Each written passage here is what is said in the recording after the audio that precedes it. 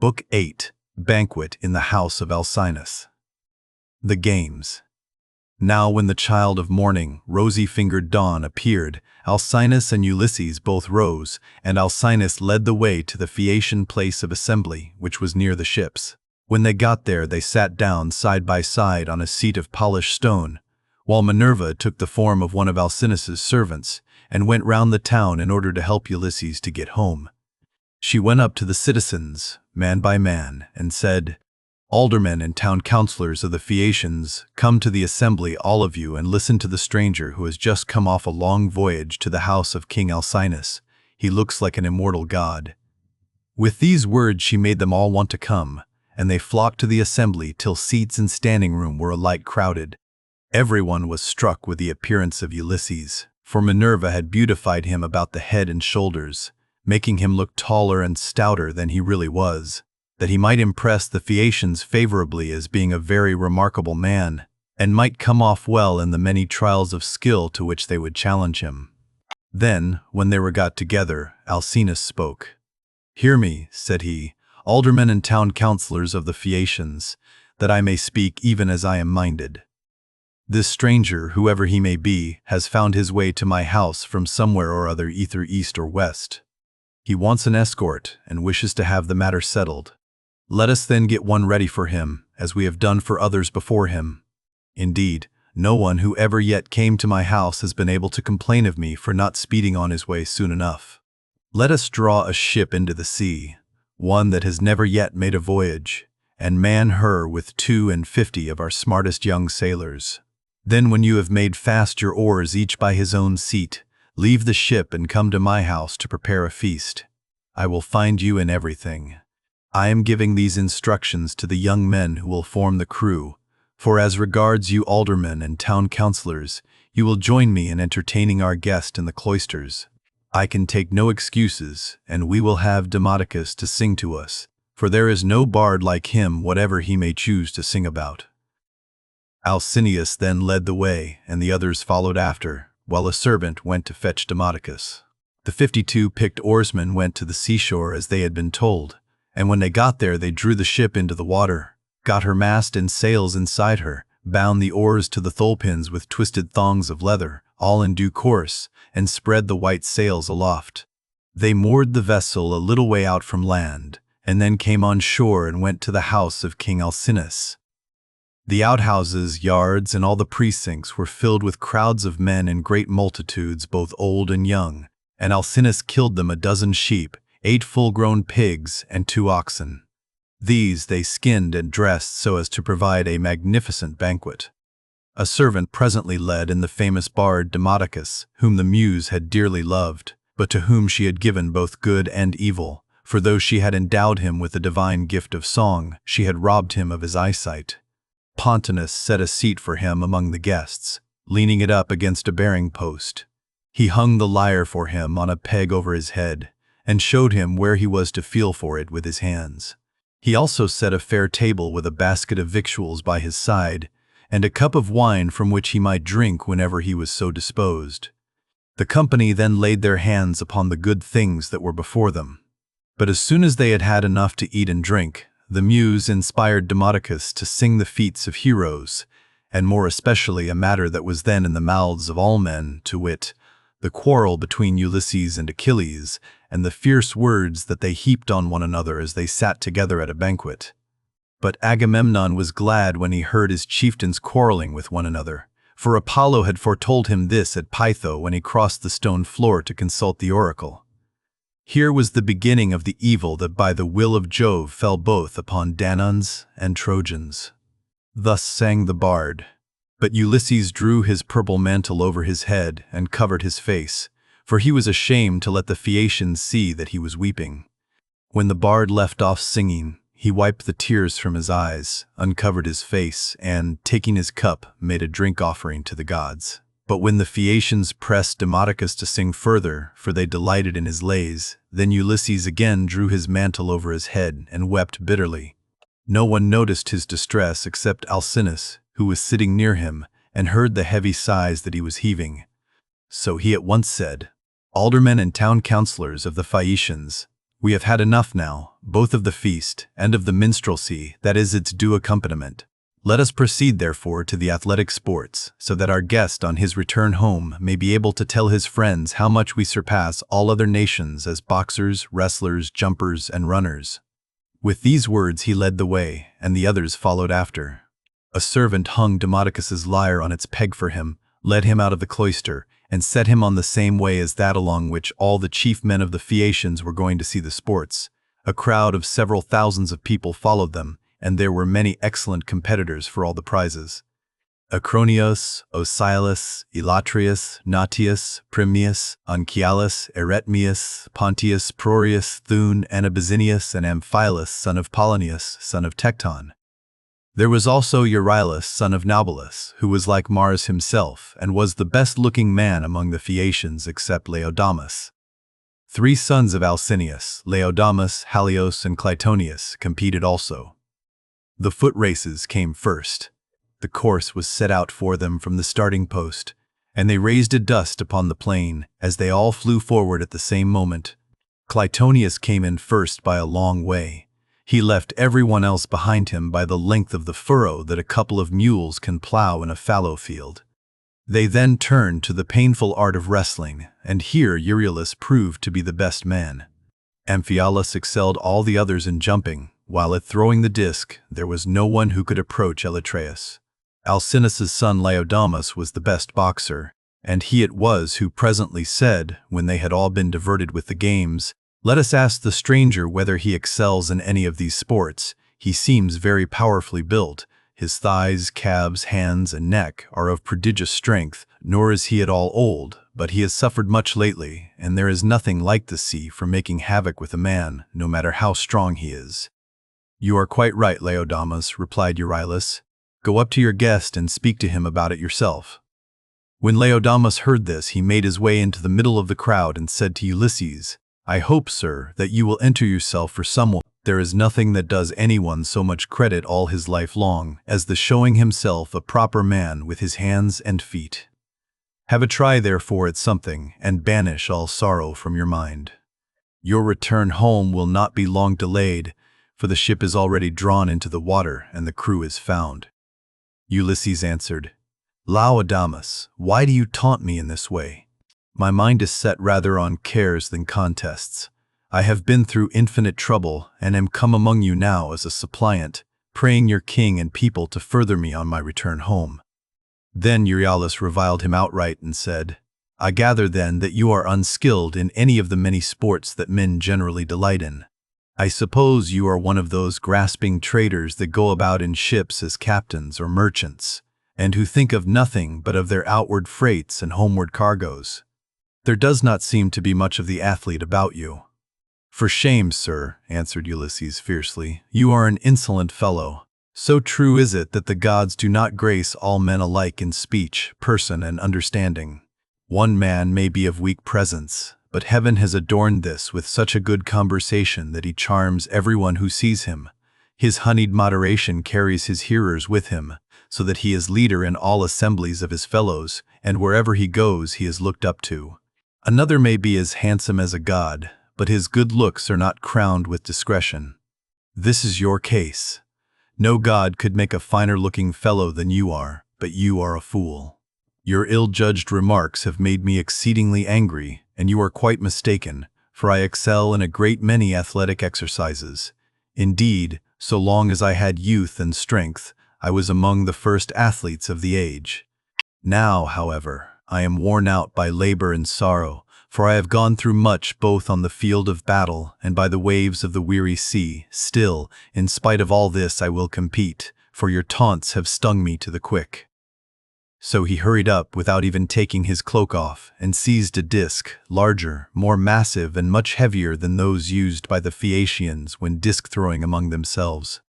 Then, swinging it back, he threw it from his brawny hand, and it made a humming sound in the air as he did so.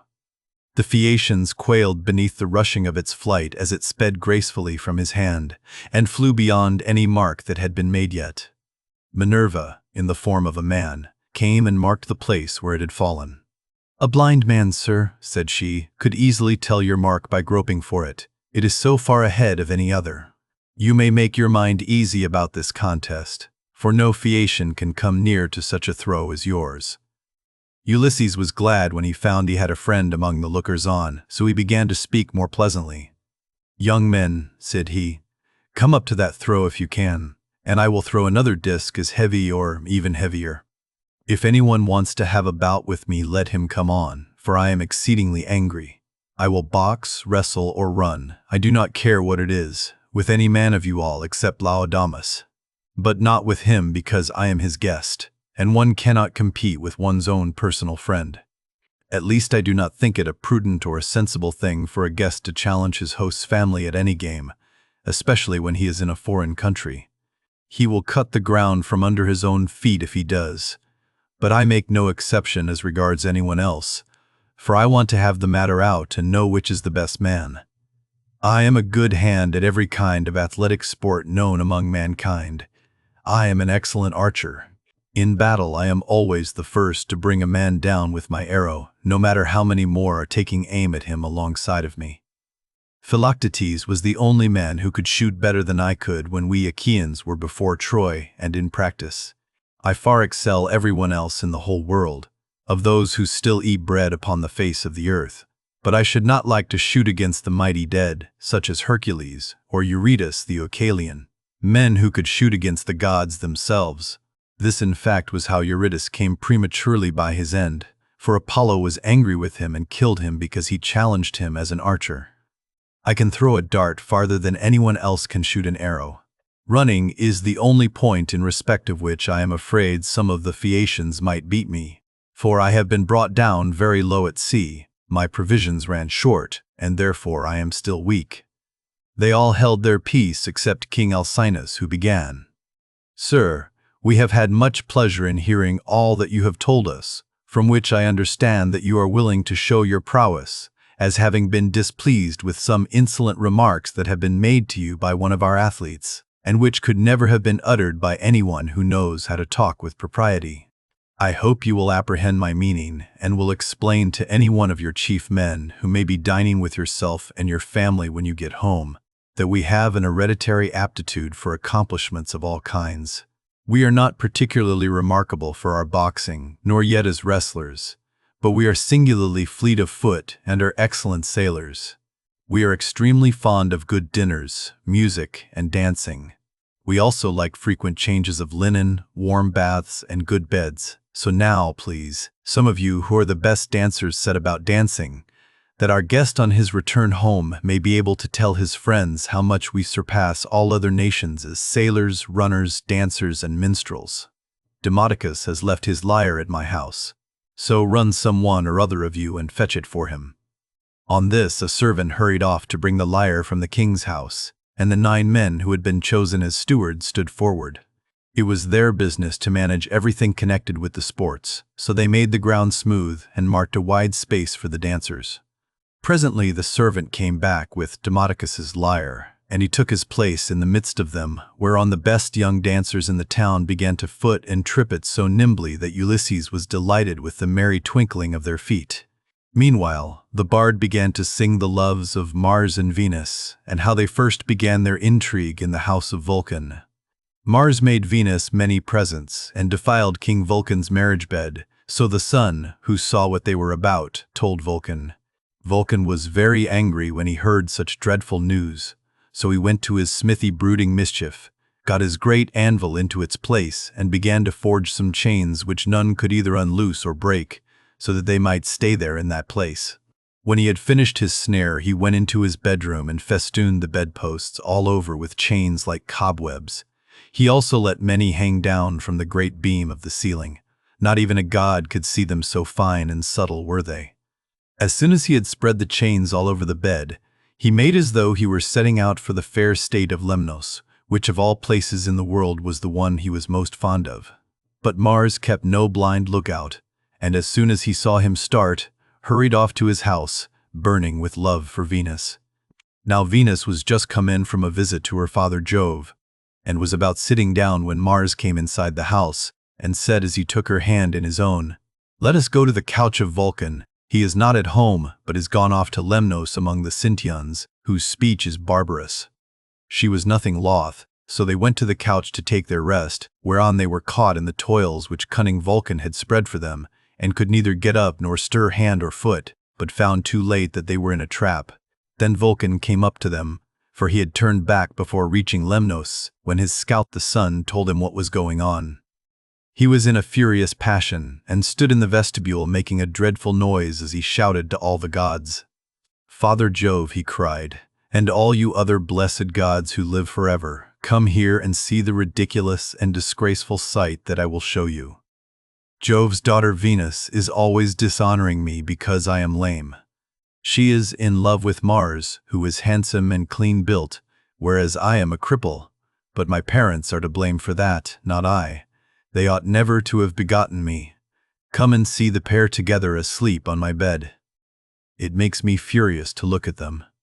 They are very fond of one another, but I do not think they will lie there longer than they can help, nor do I think that they will sleep much. There, however, they shall stay till her father has repaid me the sum I gave him for his baggage of a daughter, who is fair but not honest." On this the gods gathered to the house of Vulcan. Earth-encircling Neptune came, and Mercury the bringer of luck, and King Apollo, but the goddesses stayed at home, all of them for shame. Then the givers of all good things stood in the doorway, and the blessed gods roared with inextinguishable laughter, as they saw how cunning Vulcan had been, whereon one would turn towards his neighbor saying, "Ill deeds do not prosper, and the weak confound the strong. See how limping Vulcan, lame as he is, has caught Mars, who is the fleetest god in heaven, and now Mars will be cast in heavy damages." Thus did they converse. But King Apollo said to Mercury, "Messenger Mercury, giver of good things, you would not care how strong the chains were, would you, if you could sleep with Venus?" "King Apollo," answered Mercury, "I only wish I might get the chance, though there were 3 times as many chains, and you might look on, all of you, gods and goddesses, but I would sleep with her if I could."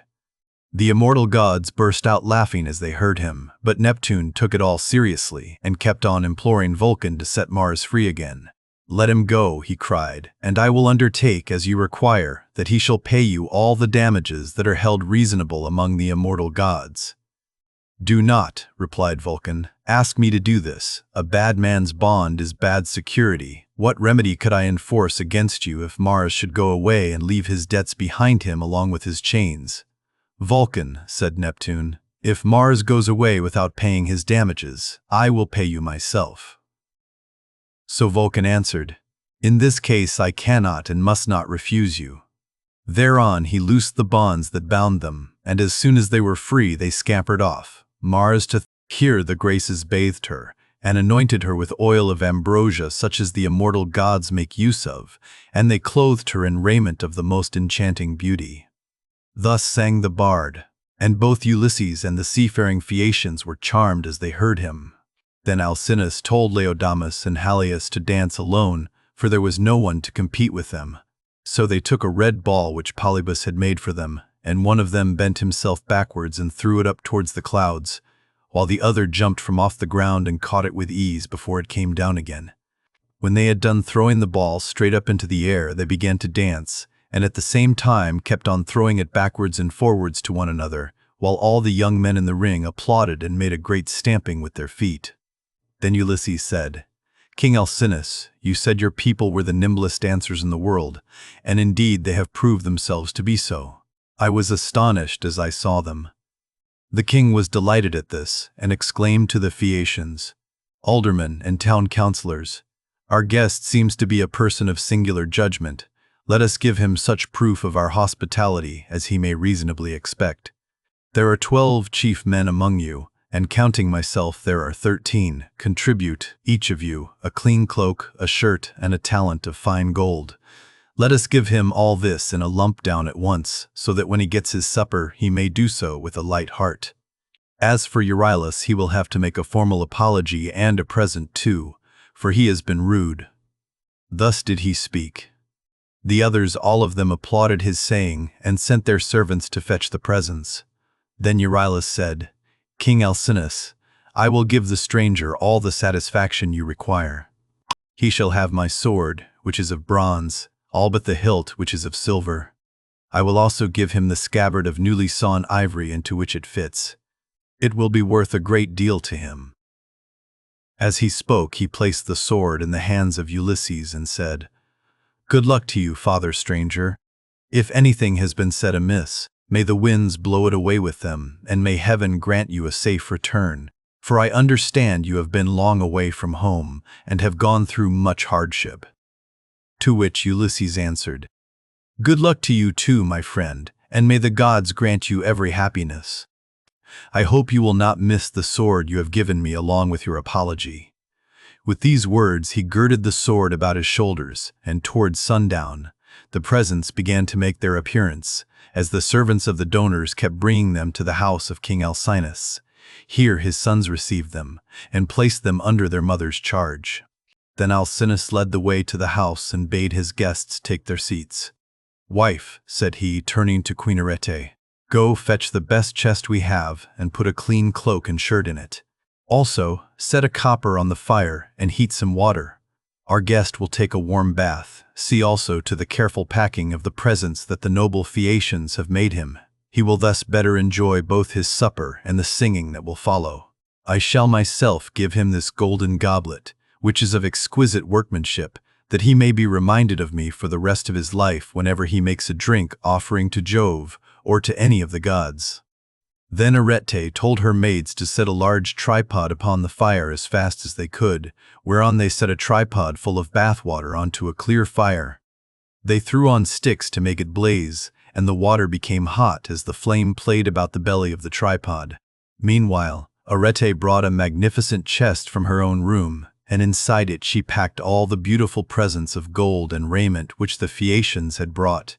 Lastly, she added a cloak and a good shirt from Alcinous, and said to Ulysses, "See to the lid yourself, and have the whole bound round at once, for fear anyone should rob you by the way when you are asleep in your ship." When Ulysses heard this, he put the lid on the chest and made it fast with a bond that Circe had taught him. He had done so before an upper servant told him to come to the bath and wash himself. He was very glad of a warm bath, for he had had no one to wait upon him ever since he left the house of Calypso, who as long as he remained with her had taken as good care of him as though he had been a god. When the servants had done washing and anointing him with oil, and had given him a clean cloak and shirt, he left the bathroom and joined the guests who were sitting over their wine. Lovely Nausicaa stood by one of the bearing posts supporting the roof of the cloister, and admired him as she saw him pass. "Farewell, stranger," said she, "do not forget me when you are safe at home again, for it is to me first that you owe a ransom for having saved your life." And Ulysses said, "Nausicaa, daughter of great Alcinous, may Jove, the mighty husband of Juno, grant that I may reach my home, so shall I bless you as my guardian angel all my days, for it was you who saved me." When he had said this, he seated himself beside Alcinous. Supper was then served, and the wine was mixed for drinking.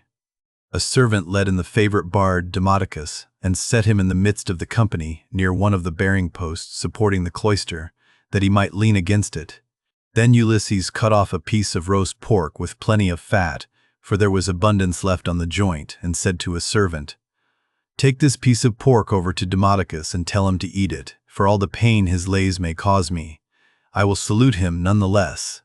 Bards are honored and respected throughout the world, for the muse teaches them their songs and loves them." The servant carried the pork in his fingers over to Demodocus, who took it and was very much pleased. They then laid their hands on the good things that were before them, and as soon as they had had to eat and drink, Ulysses said to Demodocus, "Demodocus, there is no one in the world whom I admire more than I do you.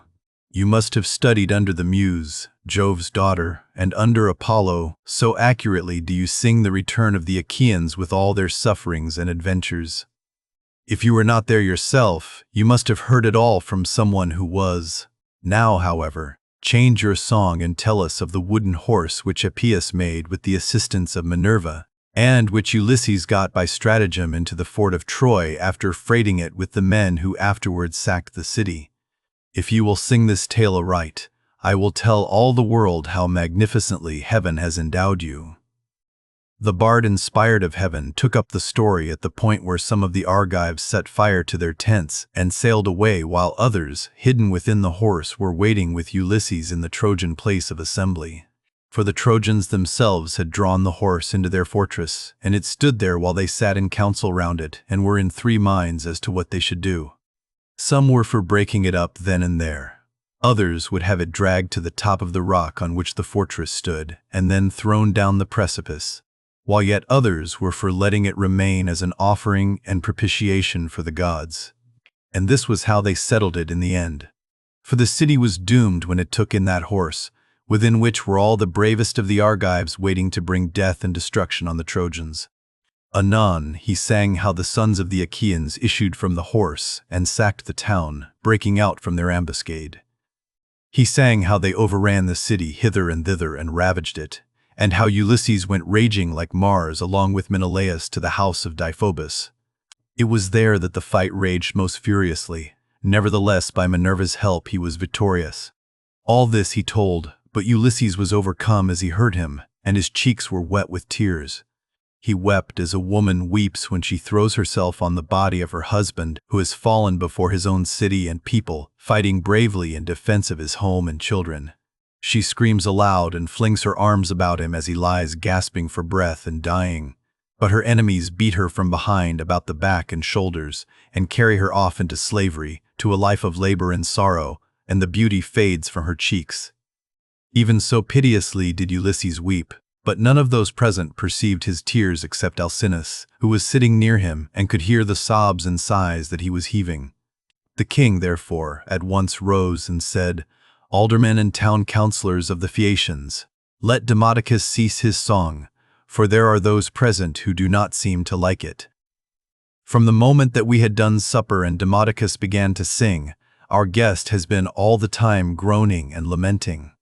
He is evidently in great trouble, so let the bard leave off, that we may all enjoy ourselves, hosts and guests alike. This will be much more as it should be, for all these festivities, with the escort and the presents that we are making with so much goodwill, are wholly in his honor, and anyone with even a moderate amount of right feeling knows that he ought to treat a guest and a suppliant as though he were his own brother. Therefore, sir, do you on your part affect no more concealment nor reserve in the matter about which I shall ask you. It will be more polite in you to give me a plain answer. Tell me the name by which your father and mother over yonder used to call you, and by which you were known among your neighbors and fellow citizens. There is no one, neither rich nor poor, who is absolutely without any name whatever, for people's fathers and mothers give them names as soon as they are born. Tell me also your country, nation, and city, that our ships may shape their purpose accordingly and take you there. For the Phaeacians have no pilots. Their vessels have no rudders, as those of other nations have. But the ships themselves understand what it is that we are thinking about and want. They know all the cities and countries in the whole world, and can traverse the sea just as well, even when it is covered with mist and cloud, so that there is no danger of being wrecked or coming to any harm. Still, I do remember hearing my father say that Neptune was angry with us for being too easy going in the matter of giving people escorts. He said that one of these days he should wreck a ship of ours as it was returning from having escorted someone and bury our city under a high mountain. This is what my father used to say, but whether the god will carry out his threat or no is a matter which he will decide for himself. And now, tell me, and tell me true. Where have you been wandering, and in what countries have you traveled? Tell us of the peoples themselves, and of their cities, who were hostile, savage, and uncivilized, and who, on the other hand, hospitable and humane. Tell us also why you were made so unhappy on hearing about the return of the Argive Danaans from Troy. The gods arranged all this, and sent them their misfortunes in order that future generations might have something to sing about. Did you lose some brave kinsman of your wife's when you were before Troy? A son-in-law or father-in-law, which are the nearest relations a man has outside his own flesh and blood? Or was it some brave and kindly-natured comrade, for a good friend is as dear to a man as his own brother?